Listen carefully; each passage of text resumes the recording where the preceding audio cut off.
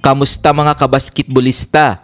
Pinadapa ng Ateneo Blue Eagles ang UST Growling Tigers 67-64. Tinanghal na best player of the game si Ian Espinosa sa likod na kanyang 11 points at 6 rebounds. Tinambakan naman ng DLSU Green Archers ang Adamson Soaring Falcons 70-45. Tinanghal na best player of the game si Kevin Kiambao matapos kumana ng 17 points at 6 rebounds. Kung bago ka pa lamang sa channel na to, mag-like na at subscribe. Heto ang team standings as of October 19, 2024. DLSU Green Archers 9 wins 1 loss. UP Fighting Maroons 7 wins 1 loss. UE Red Warriors 5 wins 3 losses. UST Growling Tigers 4 wins 6 losses. Kung umabot ka dito sa video na to, mag-like na at subscribe. Ateneo Blue Eagles 3 wins 6 losses. Adamson Soaring Falcons 3 wins 6 losses.